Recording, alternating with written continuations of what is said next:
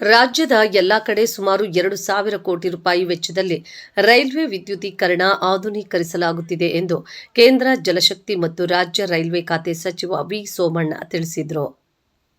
ಕೋಲಾರ ಜಿಲ್ಲೆಯ ಟೇಕಲ್ ರೈಲ್ವೆ ನಿಲ್ದಾಣದಲ್ಲಿ level crossing ಬದಲಿಗೆ ನಿರ್ಮಿಸಲಾದ ರೈಲ್ವೆ ಮೇಲ್ಸೇತುವೆಯ ಲೋಕಾರ್ಪಣೆಗೊಳಿಸಿ ಮಾತನಾಡಿದ ಸಚಿವರು, ರಾಜ್ಯಕ್ಕೆ ಕೋಲಾರ, ಬೆಂಗಳೂರು, ರಾಮನಗರ ಹಾಗೂ ತುಮಕೂರು ಹೃದಯ ಭಾಗ ಇದ್ದ ಹಾಗೆ ಈ ಭಾಗದ ಅಭಿವೃದ್ಧಿ ಮಾಡುವುದು ನಮ್ಮ ಚಿಂತನೆಯಾಗಿದೆ ಎಂದರು. ಕೋಲಾರ ರೈಲ್ವೆ ನಿಲ್ದಾಣಕ್ಕೂ ಭೇಟಿ ನೀಡಿ ಕೈಗೊಳ್ಳಬೇಕಾದ ಅಭಿವೃದ್ಧಿ ಕಾರ್ಯಗಳ ಬಗ್ಗೆ ಚರ್ಚಿಸಿ ಶೀಘ್ರ ಕಾರ್ಯಗತವಾಗಲು ಅಧಿಕಾರಿಗಳಿಗೆ ಸೂಚಿಸಿದರು. ಈ ಸಂದರ್ಭದಲ್ಲಿ ನೀರಾವರಿ ಹೋರಾಟಗಾರರಾದ ಹೊಳಲಿ ಪ್ರಕಾಶ್, ಕುರುಬರಪೇಟೆ ವೆಂಕಟೇಶ್, ಚಂದ್ರು, ಜಲಕಂಠ, ಮಾಯಂಡಿ, ಕರವೇ ಲೋಕೇಶ್ ಚಲಪತಿ ಮುಂತಾದವರು ಕೋಲಾರದಿಂದ ವೈಟ್ಫೀಲ್ಡ್ವರೆಗೂ ನೂತನ ರೈಲ್ವೆ ಮಾರ್ಗ ರೂಪಿಸಿ ರೈಲುಗಳ ಸಂಚಾರ ಪ್ರಾರಂಭಿಸಲು ಮನವಿ.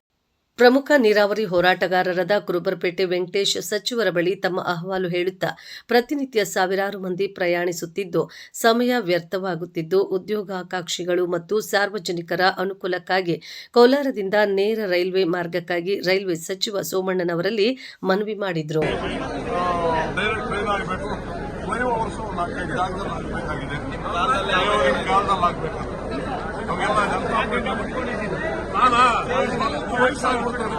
ಎಷ್ಟು ವಯಸ್ಸು ನಿಮಗೆ? ನೀವು ನಮ್ಮ ಅಧ್ಯಕ್ಷರು ಮಾಡಿದ್ರಿ, ನಮ್ಮ ಸೀಟ್ ಕೊಟ್ಟಿದ್ದೀರಿ 72, ನನಗೆ 75. ನೀವು ಬಿ ಫಾರಂ ಕೊಟ್ಟಿದ್ದಾರೆ, ಸೀಟ್ ಕೊಟ್ಟಿದ್ದಾರೆ, ಮುಳುಬಾಗಿಲು ಸೀಟ್ ಮಾಡಿಕೊಟ್ರು. ಸಚಿವರಾಗಿದ್ದಾಗ ಎಲ್ಲ ಕೇಂದ್ರಗೆಲ್ಲ ಮಾಡಿದ್ದೀವಿ. ನೀವು ವಯಸ್ಸಾಯ್ತು ಅಂದ್ರೆ ನಿಮ್ ತಲೆ ಬರಬಾರ್ದು, ಎಲ್ಲ ತೆಗೀರಿ. ನಿಮ್ಮ ಮನೆಯವರು ಇದ್ದಾರಾ? ಖುಷಿ ಪಡ್ತಾರೆ. ಇದು ಮಾತಾಡಿದ್ದೀವಿ. ನೀವು ಒಂದು ಸೇತುವೆ ಎಲ್ಲ ಅಧಿಕಾರಿಗಳಿಗೆ ಹೇಳಿದ್ದೀನಿ. ತುಮಕೂರಲ್ಲಿ ಹೆಂಗೆ 27-28 ಆಗ್ತದೋ ಕೋಲಾರಕ್ಕೂ ಅದೇ ಆದ್ಯತೆ ಕೊಡ್ತೀವಿ.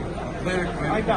ನನಗೆ ಒಂದೇ ಒಂದು ವರೀಡ್ ಅಬೌಟ್ ತುಮಕೂರಿಂದ ಕೋಲಾರದಿಂದ ನಿಮಗೆ ಬೆಂಗಳೂರಿಗೆ ಯಾವುದು ಡೈರೆಕ್ಟ್ ಫ್ಲೈಟ್ ಇಲ್ಲ ಅಂತ ಅದಕ್ಕೆ ವೈಟ್ ಫೀಲ್ಡ್ ಅಂತಾರೆ. ಅದು ನಾನು ಇನ್ನೊಂದು ಸರ್ವೆ ಆಗಿದೆ ಅಂತಾರೆ. ಅದನ್ನ ಇವತ್ತೇ ನನಗೆ ಗೊತ್ತಾಗಿದ್ದು. ಒಂದು ಆದ್ಯತೆ ಕೊಡೋಣ. ನಿಮ್ದು ಸರ್ ನಂಗೆ ಸಿಕ್ಕೋದ್ರೊಳಗಡೆ ನೀವು ಪೂರ್ತಿ ತೆಗೆದು